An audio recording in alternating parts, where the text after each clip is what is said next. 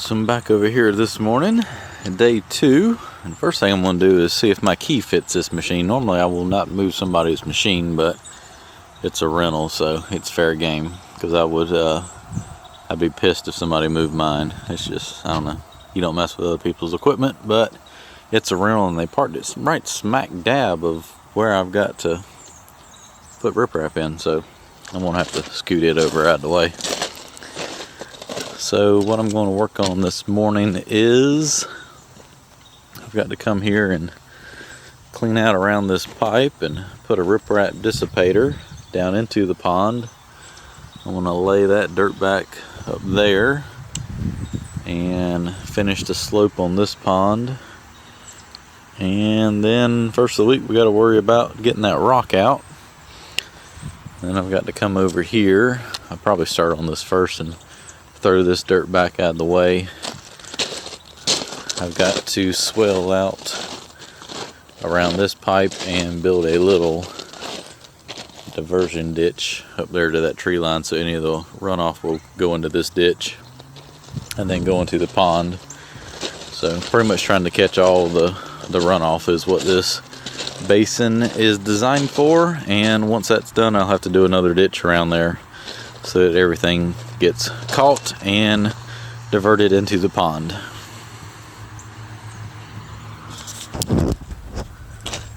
Let's see if my key fits this. It should be the same Yanmar key.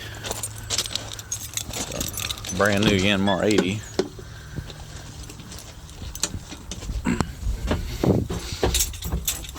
Where's the key? There's where the key goes. Well, that's a start. 12.4 hours. It didn't get used much.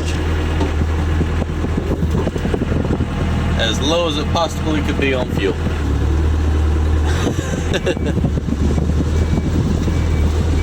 Let's move this over here out of the way.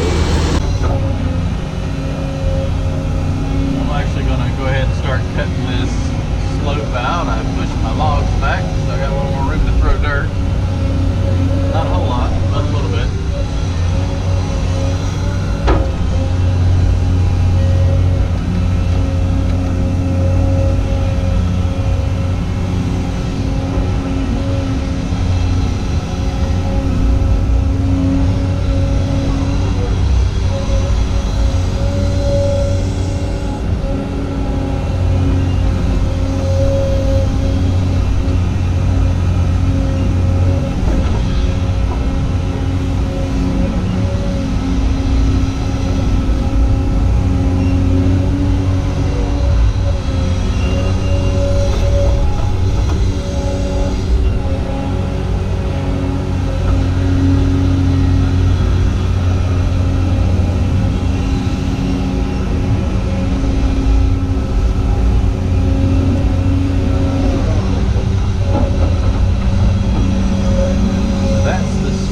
Right there that I was pushing in the ground, so I'm going to try to dig out beside it and then push the T-post down farther.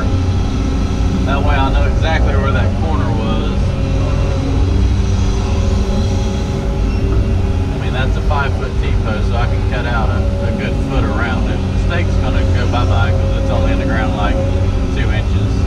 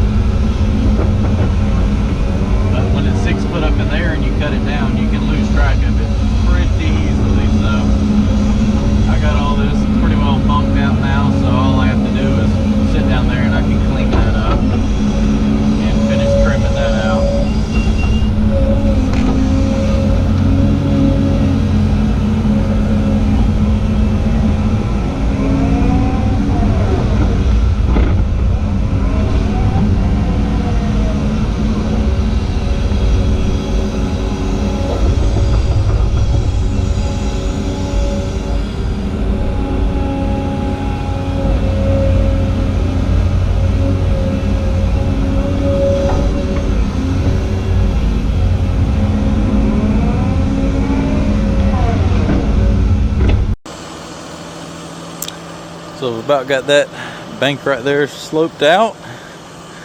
I'm gonna tell you what's true, that bucket's gonna be a game changer for me. The amount of grade work you can do with that machine now, and just that machine, that might have just been the best investment I've ever bought. I love it.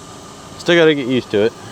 It's a lot different than grading with the Mini. I'm used to doing finished grade with the Mini, not a 55,000 pound machine.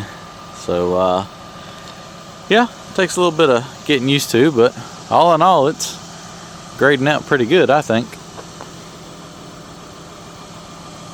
Now I've got to finish this end out, cut out for my riprap up to that pipe, and put the rock in. That's pretty much all I can do until it's time to bust rock.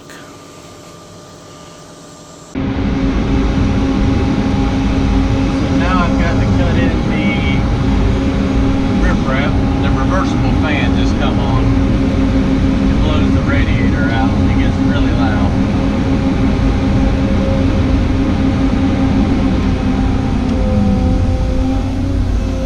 The first time that come on, I don't know if I mentioned this in a video or not, but when I first got the machine, we were going through all the settings and the salesman told me, hey, this machine has a reversible fan, you can cut that option on, and every so often the fan will stop, spin backwards, and it blows all the crap out of the radiator. I thought, okay, that's cool, we'll cut that on.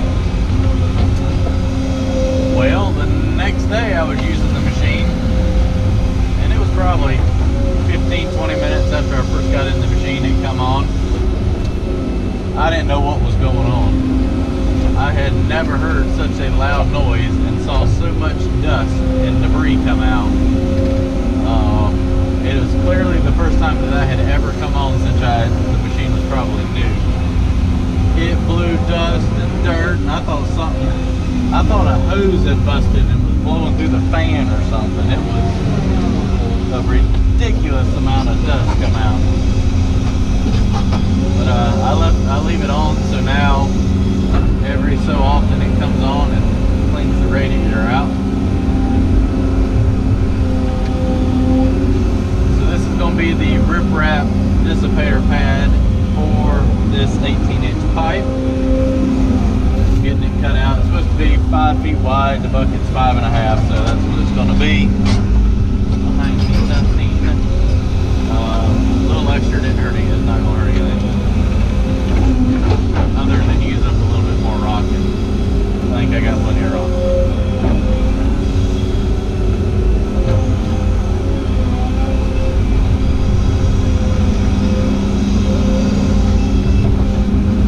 Water in that there pipe.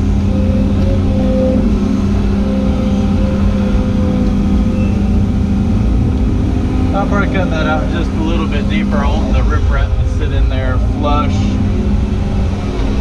with the bottom of the pond, and that's going to put it about probably about 8 inches deep there.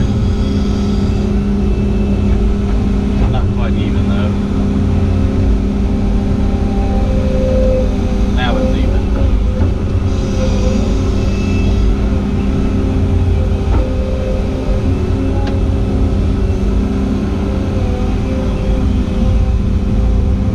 Hopefully all that water will stay contained within the ditch I'm about to dig.